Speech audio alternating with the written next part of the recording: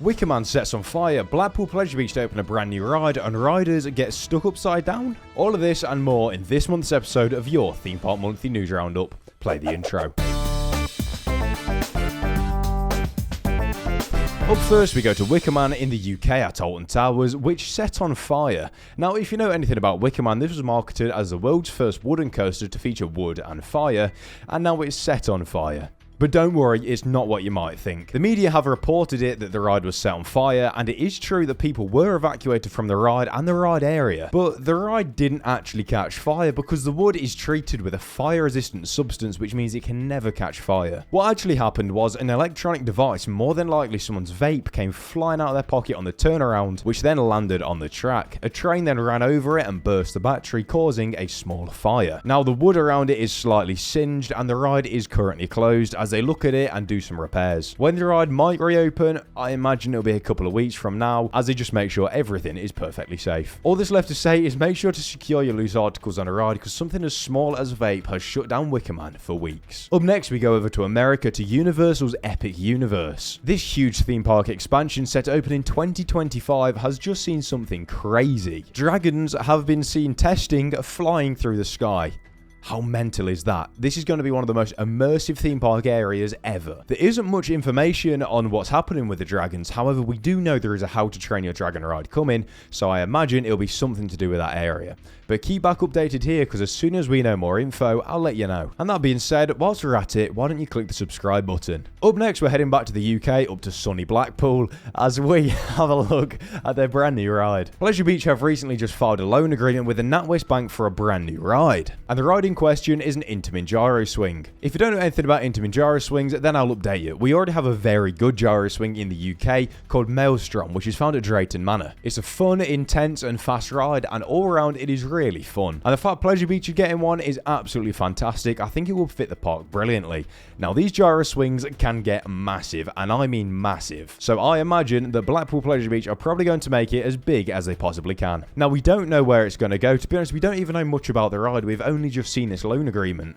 But I imagine, being as they've just taken the Grand Prix ride out, it will probably go in that place because that is quite a big footprint. So, although they've lost the record for the UK's tallest coaster, I imagine they're probably going for something like the UK's tallest flat ride.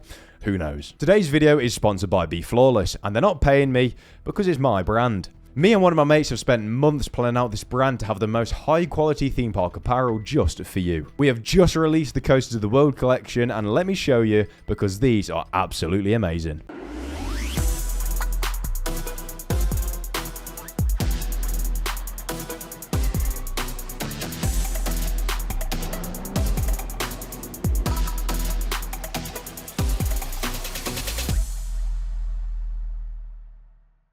Once again, thank you to BeFloorless for sponsoring this video, and make sure to go check them out at BeFloorless.com and use Flawless for 10% off your order this week only. Down to Drayton Manor now, and they have just opened potentially the UK's best family coaster. Gold Rush is an Intamin lift and launch coaster which Drayton have been very tight-lipped about. This ride absolutely blew my socks off. They invited me down to the media day, which was incredibly kind of them, and I rode this coaster, and let me tell you, it is definitely the best family coaster we have in the UK.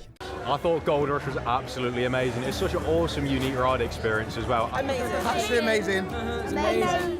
Crazily, the coaster has two different cycles. You can either go straight over the lift hill or back down the lift hill, and it go a totally different route each time. From what I expected for Drayton Manor, they absolutely blew my socks off. The area, the theming, the audio, the immersion, the actors, everything is just amazing. They've absolutely smashed this. And they're not paying me to say this at all, but I promise you will absolutely love it if you go to ride it. The layout is just so baffling. It's just going forwards, and then it's going backwards, and then it's launching. It's absolutely amazing. I could not urge you enough to go down to Drayton Manor to check out this ride, because it's absolutely amazing. Now we're going back over to America, and we have a gyro swing which got stuck upside down with 30 riders on. In this freak accident, 30 people were rescued from an amusement park in Oregon as a swing mysteriously stops upside down. Now, this literally never happens, so why this happened, I don't think anyone actually knows. If it was perfectly balanced upside down, then the amount of factors that had to go into that are absolutely bonkers, but it sounds more like the motor probably stopped or seized in some way,